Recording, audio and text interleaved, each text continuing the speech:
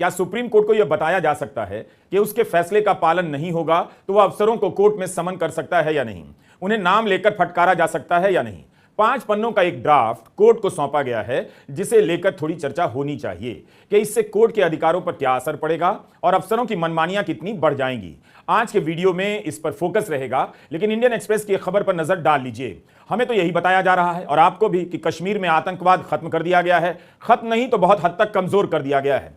जनता तो इसका यही मतलब निकालती है कि सुरक्षा व्यवस्था और खुफिया व्यवस्था वहां एकदम टॉप क्लास है। लेकिन इंडियन एक्सप्रेस की इस खबर को देख लीजिए। एक्सप्रेस के नाविद इकबाल ने लिखा है कि हालत यह हो गई है कि श्रीनगर के SMHS अस्पताल में हर 12 मिनट में नशे की लत का शिकार एक व्यक्ति आता है।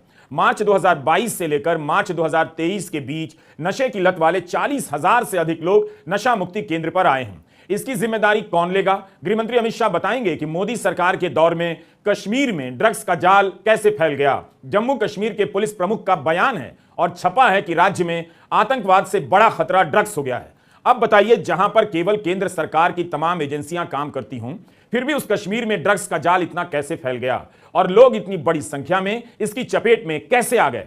होता यह है कि अब यह सवाल कोई पूछता नहीं है। 15 अगस्त का मौका हो या जब श्रीनगर में G20 की बैठक होने वाली हो, तब गोदी मीडिया के पत्रकार अपना कैमरा लेकर वहां गए, कश्मीर की वादियों और डल झील की सुंदरता दिखाकर आ गए कि कश्मीर स्वर्ग बन गया है। क्या आपको उन पत्रकारों की रिपोर्ट से पता भी चला कि कश्मीर में ड्रग्स का इतना गहरा जाल बिछ चुका है? एक जमाना था जब सरकार के करीब रहने वाले पत्रकार सरकार के भीतर की खबरें सबसे पहले लाते थे। करीब होने का मतलब यही होता था कि सरकार के भीतर उसके सूत्र बहुत मजबूत हैं। लेकिन अब गोदी मीडिया सरकार के भीतर से ऐसी खबरें नहीं लाता है। आपको पता ही नहीं चलेगा कि कश्मीर में यह आतंकवाद मिटाने का दावा कर रहे थे और अब उससे भी ज्यादा बड़ा खतरा ड्रग्स का पैदा हो गया है और यह खबर उन्हें मिली ही नहीं। केंद्र सरकार की यह कितनी बड़ी नाकामी है कि उसकी नाक के नीचे कश्मीर ड्रग्स की चपेट में आ गया। इन सब खबरों को गोदी मीडिया दफन कर देता है। अब आते हैं उस ड्राफ्ट पर जो सरकार की तरफ से कोर्ट को सौंपा गया है। क्या मानक प्रक्रिया के नाम पर अब कोर्ट के भी अधिकार क्षेत्र कम किए जा रहे हैं? सरकार ने सुप्रीम कोर्ट को 5 पन्ने का एक ड्राफ्ट सौंपा है, जिसमें बताया गया है कि कोर्ट में अधिकारियों को बुलाने, उनका नाम लेने, कमेटी बनाने की मानक प्रक्रिया क्या होनी चाहिए। इस ड्राफ्ट को लेकर बहस होनी चाहिए कि क्या इससे कोर्ट को बताया जा रहा है कि आप सरकार को लेकर, सरकार के अधिकारियों को लेकर किस तरह से बर्ताव करेंगे। एक सवाल यह भी है कि इस मानक प्रक्रिया से कोर्ट से न्याय मांगने गए व्यक्ति की समस्या किस तरह कम हो जाती है या पहले से ज्यादा बढ़ जाती है। इस ड्राफ्ट को सुनकर ज्यादा घबराने की जरूरत नहीं है। इसमें बिल्कुल नहीं लिखा है कि फैसला कैसे लिखना है और फैसले में क्या क्या लिखना है, मगर इतिहास में ऐसा हो भी चुका है। फिलहाल जो मानक प्रक्रिया सौंपी गई है ड्राफ्ट के रूप में, उस पर नजर डालनी चाहिए कि इससे आम आदमी का हित बेहतर होता है या नहीं। अखबारों में आपको ऐसी कई खबरें मिलेंगी कि कोर्ट ने अधिकारी को बुलाया, फटकार लगाई, आदेश के पालन नहीं होने पर अवमानना की चेतावनी दी।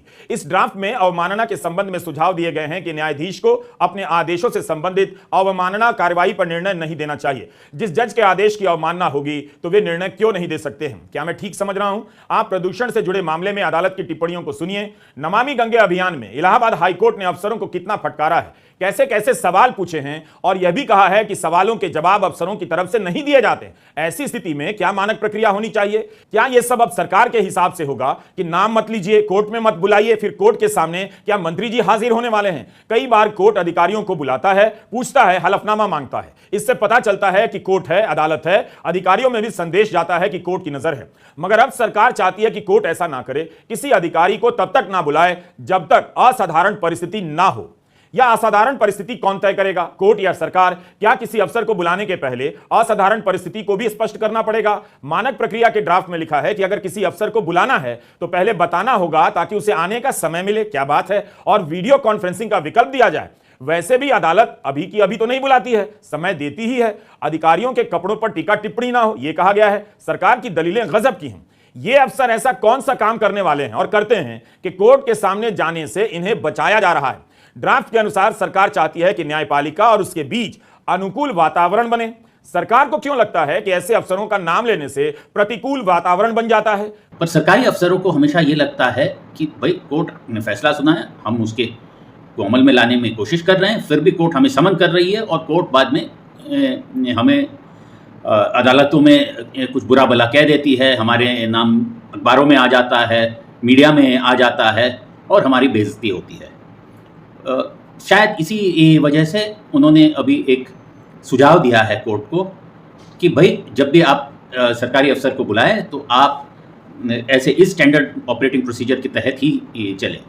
और ये जो स्टैंडर्ड ऑपरेटिंग प्रोसीजर का एक 5 पेज का नोट उन्होंने जो पेश किया है, वो मेरे ख्याल में पूरे जो न्याय व्यवस्था और कंटेम्प्ट ऑफ कोर्ट्स एक्ट का जो मैकेनिज्म है उसको पूरी तरीके से ध्वस्त कर देता है। ये स्टैंडर्ड ऑपरेटिंग प्रोसीजर यही कहता है कि अगर आप समन करें तो कृपया हमें वीडियो कॉन्फ्रेंस से आने की अनुमति दें, और तब तक समन ना करें जब तक आपको ये तय नहीं करते हो कि मामला किसी दूसरे अदालत में नहीं गया है, यानी हाई कोर्ट से सुप्रीम कोर्ट नहीं गया है या किसी निचली अदालत से हाई कोर्ट तक अपील में नहीं पड़ा है। और बहुत सारे ऐसे सुझाव है स्टैंडर्ड ऑपरेटिंग प्रोसीजर में जिसके तहत अगर कोर्ट कोई फैसला भी दे, उस फैसले को अगर नज़रअंदाज भी करे, फिर भी कोर्ट किसी गवर्नमेंट ऑफिशियल को समन बिल्कुल इमरजेंसी में ही पर्सनल अपीयरेंस के लिए समन कर सकता है। उससे पहले इतने सारे रीति रिवाज सब चलाने पड़ेंगे, जिसके तहत ये जो कोर्ट का जो पावर है बिल्कुल ख़त्म हो जाता है। कोर्ट की मजबूती पर सवाल आ जाता है। और मेरा मानना है कि अगर कोर्ट्स इस स्टैंडर्ड ऑपरेटिंग प्रोसीजर से चले तो फिर कोर्ट्स में लोग आने ही बंद कर लेंगे। सुप्रीम कोर्ट को ज़्यादा से ज़्यादा जवाब मांगना चाहिए स्टेट से, गवर्नमेंट से, और यहाँ पे गवर्नमेंट की खुद की जिम्मेदारी बनती है कि वो खुद आगे चलकर सारे जवाब दें कोर्ट्स को और कोर्ट में रोज खड़े रहें अगर ऐसे केसेस आ रहे हैं, क्योंकि यहाँ पे दोनों कोर्ट्स और गवर्नमेंट दोनों की रिस्पॉन्सिबिलिटी है कि कैसे करके एक आम नागरिक की समस्याओं को कम किया जाए।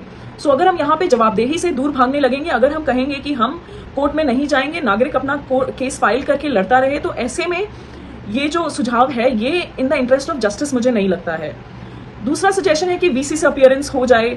ये सारी चीज़ें आई थिंक कोविड के बाद से ये सारा बहुत होने लगा है और सारे कोर्ट्स हमारे वेल इक्विप्ड हैं इन सारी चीज़ों को प्रोवाइड कराने के लिए। बट हमें ये इंश्योर करना पड़ेगा कि वीसी एक बहाना ना बने नॉन अपीयरेंस का, और if there is non-appearance for some reason which is not sound enough, then adequate action should be taken, even on VCs. Court से उम्मीद की जाती है कि किसी अधिकारी का नाम मत लीजिए। बाद में आपसे या पत्रकारों से भी कहा जाएगा कि जब कोर्ट ने नाम लेना